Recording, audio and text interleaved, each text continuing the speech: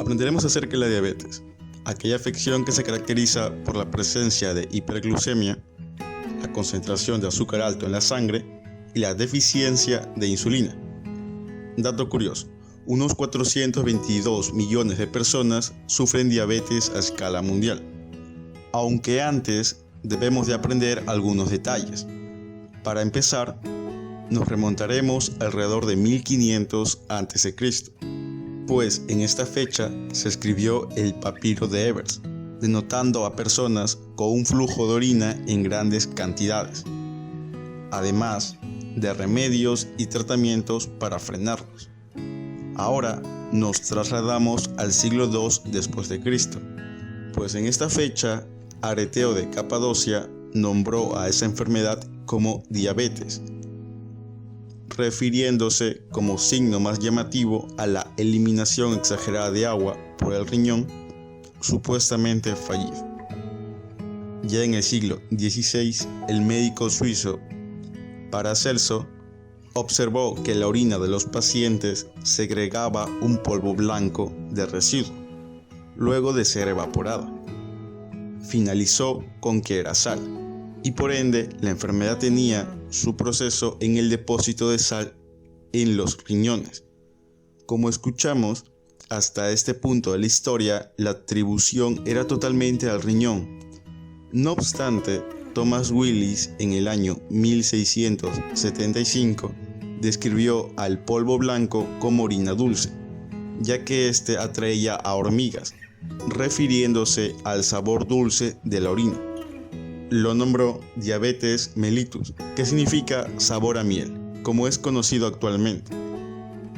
No fue hasta 1910 donde se acuñó el término insulina, producido por la deficiencia de un factor químico, elaborado por el páncreas y la asociación a los niveles de glucosa en la sangre, siendo extendida a nivel mundial para el debido tratamiento que contrarreste la diabetes de personas en todo el mundo. Dato curioso, se estima que en el 2030 la muerte por diabéticos aumentará en un 50%, posicionándose como la séptima causa mundial de decesos por enfermedad. Ahora veamos la importancia de la insulina en el organismo. Primero, debemos comprender que es una hormona producida por nuestro páncreas. Podemos entender nuestro páncreas como un grifo que continuamente va liberando insulina en nuestra sangre y que cuando comemos, nuestra glucosa aumenta en sangre y el grifo debe liberar más insulina. Ahora, pensemos que somos dueños de un auto y nos dirigimos a una gasolinera para llenarlo de combustible y usamos nuestra llave para arrancar y lograr nuestro objetivo. Bien, ahora veamos al auto como nuestro cuerpo, al combustible como la glucosa y la llave como la insulina, aquella que determina si nos llenamos de combustible o no. Por ende, se vuelve vital para el organismo. Pero, ¿qué sucede si no hay insulina? La falta de la insulina se manifiesta cuando la glucosa no pasa a los tejidos, acumulándose en la sangre, y al no entrar a otras células, irán apareciendo los síntomas y agravando la enfermedad con el tiempo. Veamos esos síntomas. Primero, la poliuria. Se refiere a la micción urinaria con un volumen superior al esperado. El segundo síntoma es la enuresis o incontinencia urinaria, que consiste en la emisión de orina involuntariamente durante la noche o el día. El tercero es la visión borrosa, debido a que el cristalino en la parte media del ojo no puede cambiar por tener demasiado azúcar y agua. Además de la pérdida del peso, el cansancio denominado astenia y las ganas de beber mucha agua.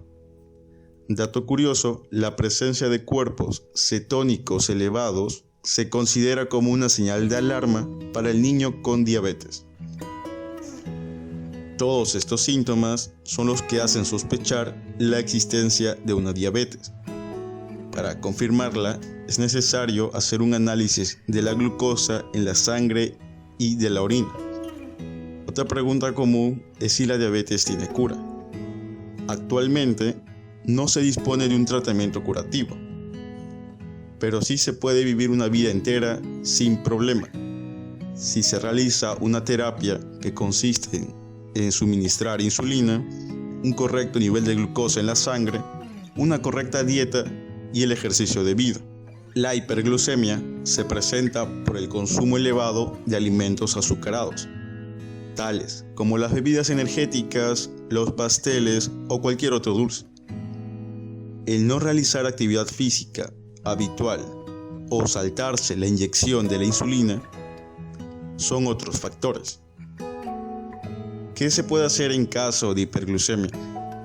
En caso de presentarlo, lo recomendable es beber más agua para evitar la deshidratación, aumentar la frecuencia de controles de glucemia capilar, no dejar de inyectarse la insulina recomendada y sobre todo, atención del médico.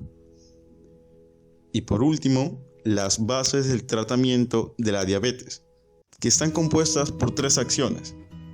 Para empezar, los fármacos.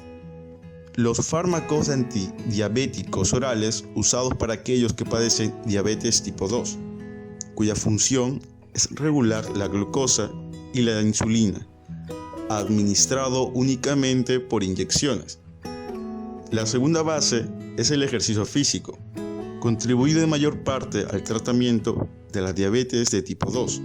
En cambio, no es requerido para los del tipo 1, aunque cualquier actividad corporal es beneficioso para la reducción de riesgos cardiovasculares, el control del colesterol, el sobrepeso y por último, la alimentación, que ayuda a controlar la glucemia con las restricciones debidas. Sin más que comentar, espero que les haya servido la información. Les deseo un muy buen día y me despido.